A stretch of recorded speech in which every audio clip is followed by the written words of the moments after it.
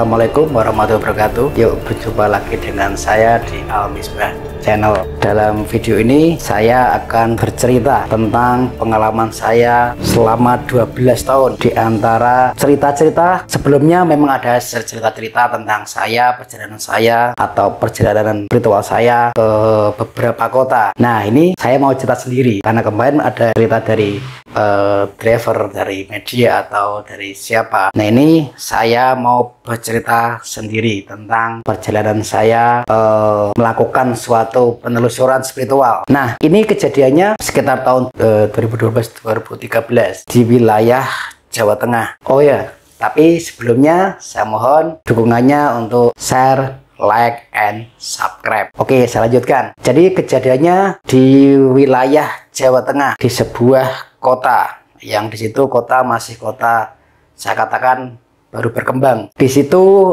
ada suatu pembangunan sebuah embung. Nah, kebetulan pelaksana atau kontraktor proyek tersebut itu kenal saya. Dan di situ waktu itu saya diajak ke lokasi embung tersebut. Ya biasa kita jalan di sana, kita lihat lokasi. Ya karena si kontraktor ini pengennya kerjaannya aman, tidak ada masalah. Ya karena yang dibuat embung ini itu tempatnya agak-agak bisa dikatakan di sebuah sawah ya. Dan situ tempatnya mungkin tempat itu terkenal angker. Nah, akhirnya kami, saya dan si tim kontraktor melakukan perjalanan ke sana, ke lokasi embung yang mau dibuat embung tersebut. Di situ saya lihat memang ada sesuatu yang saya anggap ini yang tak kasat mata, yang mungkin bisa mengganggu dalam pembangunan proyek tersebut. Saya ke situ survei, saya lihat. Nah, sebelah lokasi tersebut ternyata ada embung lama yang sudah tidak digunakan, tapi airnya masih. Di situ saya sempat fokus ke embung yang lama karena saya melihat ada sosok-sosok energi yang sangat kuat di situ. Ada makhluk-makhluk tak kasat mata di situ, lebih kuat daripada yang mau dibuat embung tersebut, mau dibuat embung yang baru maksudnya. Tapi saya waktu itu karena memang target saya untuk yang mau dibangun embung baru tersebut, saya ke situ dulu. Setelah saya melakukan ikhtiar secara batin, kan doa, saya berusaha menetralisir semua energi yang di lokasi tersebut. Ya alhamdulillah, setelah kita netralisir dan doa di situ, dan di situ juga ada selamatan. Setelah acara tersebut, lalu saya fokus ke embung yang lama. Di situ saya melihat, oh ini agaknya lebih berat daripada yang mau dibangun. Dan tempatnya memang berdampingan ya, dekat. Nah, akhirnya saya pesan sama si kontraktor itu, pelaksana proyek tersebut. Saya bilang, insya Allah ini sudah clear, tidak ada masalah yang mau dibuat embung ini. Cuman saya berpesan, justru saya khawatir dengan embung yang lama ini karena energinya sangat kuat. Dan di situ saya melihat berbagai sosok makhluk tak kasat mata. Dan yang paling menonjol, makhluk yang waktu itu kontak ke saya itu makhluk yang sangat aneh. Bentuknya, wah, bisa dikatakan kalau orang awam ngeri gitu. Jadi saya gambarkan ya, wajahnya itu rusak, tubuhnya itu besar gitu, hitam, dan matanya itu merah. Dan lucunya lagi, anehnya atau ngerinya lagi itu rambutnya ini merah juga kayak api gitu. Dan itu melotot ke saya, seakan-akan nggak terima dia terusik dan keberadaan saya di situ. Ada makhluk-makhluk yang lain, yang jenis-jenis yang lain, tapi ini yang paling kuat. Nah, karena kondisi saya udah capek waktu netralisir energi yang mau bangun embung yang baru, saya ngomong sama si pelaksana tersebut, kalau harus hati-hati dengan embung yang lama ini, justru malah cara makhluk tak kasat mata ini banyak yang di sini.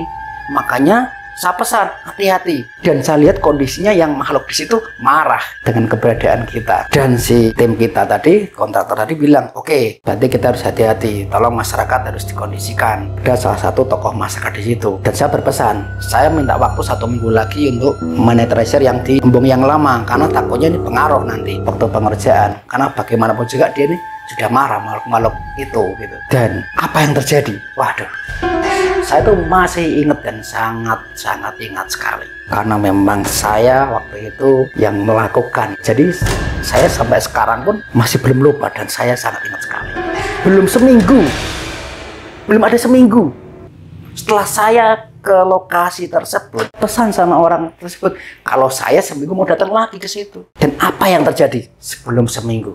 Ternyata 3 hari setelah saya dari situ, itu ada korban jiwa. Dan waktu itu wah, sangat ramai di media sosial, di stasiun televisi itu bahkan ada tayangan itu. Jadi 3 hari setelah kami di situ, ada kejadian aneh. Ada 3 orang yang tahu-tahu pengen mandi di situ. Padahal kalau dilihat dengan mata secara normal ya maksud saya, itu tempatnya kotor, gitu. Sangat kotor. Jadi gak mungkin orang mandi di situ, kotor, airnya terus banyak kayak kayu-kayu, bambu-bambu di situ. Lah, saya dikabarin sama si pihak kontraktor kalau di situ jadi korban. Saya sangat kaget. Ternyata iya, ancaman makhluk yang satu itu memang bener-bener nyata gitu loh. Kok bisa itu terjadi? Akhirnya saya ke lokasi dan di situ memang saya waktu tanya ke masyarakat, kenapa kok bisa terjadi seperti itu? Dan 3 orang tadi itu yang meninggal 1, dan di situ yang 2 ini selamat, tidak ada apa-apa. Nah, saya tanya ke masyarakat, bahkan tokoh-tokoh masyarakat di situ, kenapa Pak kok bisa terjadi seperti ini? Padahal kan saya ada pesan harus hati-hati. Orang-orang ini bilang, ya itu di luar kendali kita. Mereka sudah dewasa, tahu-tahu hal terjadi seperti itu, tidak mungkin kita jaga. Nah, dari informasi masyarakat tersebut, ada yang tanya ke 3 orang tadi, yang 2 orang yang masih hidup. Nah, dia tanya, loh kamu kok bisa-bisanya mandi di lokasi embung tersebut? Padahal secara logika itu nggak mungkin buat mandi, airnya kotor, bahkan banyak bambu, banyak kayu di situ. Apa jawabannya orang tersebut? Bilangnya 3 orang itu waktu ke lokasi tersebut melihatnya airnya jernih banget. Dia terhipnotis, dia dihipnotis oleh makhluk tak kasat mata tersebut. Pandangannya dikelabui oleh makhluk tersebut. Jadi 3 orang itu melihat kalau embung yang lama tadi, yang tempatnya kotor tadi itu bening banyak ikannya, bahkan sangat bening. Makanya orang bertiga ini mau mandi di situ. Kebetulan yang 2 ini mau mandi, yang 1 ini langsung nyebur duluan. Disitulah yang nyebur dulu itu gak muncul-muncul, akhirnya meninggal. Yang 2 ini karena ketakutan akhirnya teriak-teriak ke masyarakat sekitar kalau temannya itu mandi gak muncul-muncul. Dan setelah dia teriak itu baru nyadar kalau air embung tersebut sangat kotor. Dia kaget, loh tadi bersih kok ini sekarang kotor. Tuh dia teriak-teriak tolong sama masyarakat itu. Akhirnya lah dievakuasi lah korban tersebut. Dan 2 orang ini ya sempat mengalami suatu trauma. Akhirnya setelah saya dapat cerita informasi tersebut, saya harus bertindak. Saya sama tim, oke lah kita ikhtiar di situ. Yuk kita sama-sama berdoa di situ. Akhirnya setelah saya dapat informasi itu, oke sekarang kita harus berhati-hati. Akhirnya saya ke lokasi embung yang lama tadi. Di situ kita adakan suatu zikir bersama, kita melakukan suatu doa, ikhtiar, dan saya sempat benturan dengan energi tersebut dan makhluk yang saya katakan tadi. Jadi makhluk yang tinggi besar, rambutnya itu merah kayak api, matanya juga nggak seperti itu. Nah, disitulah saya benturan energi tersebut dan saya berusaha doa sama Allah Subhanahu Wa Taala, gimana caranya makhluk-makhluk ini biar pergi dari lokasi tersebut. Dan alhamdulillah acara dalam arti doa kita selesai, ikhtiar batin kita selesai. Dan alhamdulillah saya yakin kalau ini sudah aman.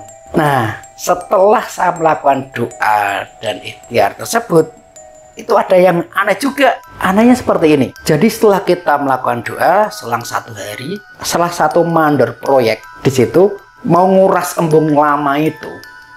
Ya tujuannya tidak tahu ya, mungkin ada hubungannya dengan embung yang baru itu. Dikuras airnya untuk air, entah untuk pengairan atau saya tidak tahu waktu itu. Memang waktu itu saya lihat dikuras. Loh, anehnya apa yang terjadi? Itu ikannya yang di embung lama tersebut banyak sekali, banyak banget. Jadi waktu disedot airnya itu ikannya luar biasa, banyak banget. Wah, itu saya tidak tahu. Jadi ada yang aneh di situ. Setelah kejadian itu ada korban, kita doa, ikan banyak sekali di situ. Akhirnya dibagikan ke masyarakat. Nah, setelah itu pembangunan proyek sudah akhirnya dimulai dan alhamdulillah kalau nggak salah waktu itu mungkin sekitar 8 bulan ya, 6-8 bulan proyek tersebut jadi. Dan saya yakin mungkin masyarakat atau siapapun yang melihat video ini, kalau dia merasa di daerah tersebut, pasti akan ingat dan tahu. Oke, itu sedikit atau sebagian ya pengalaman saya, penelusuran saya di Alam Misbah Channel. Sekian dari saya, terima kasih. Assalamualaikum warahmatullahi wabarakatuh.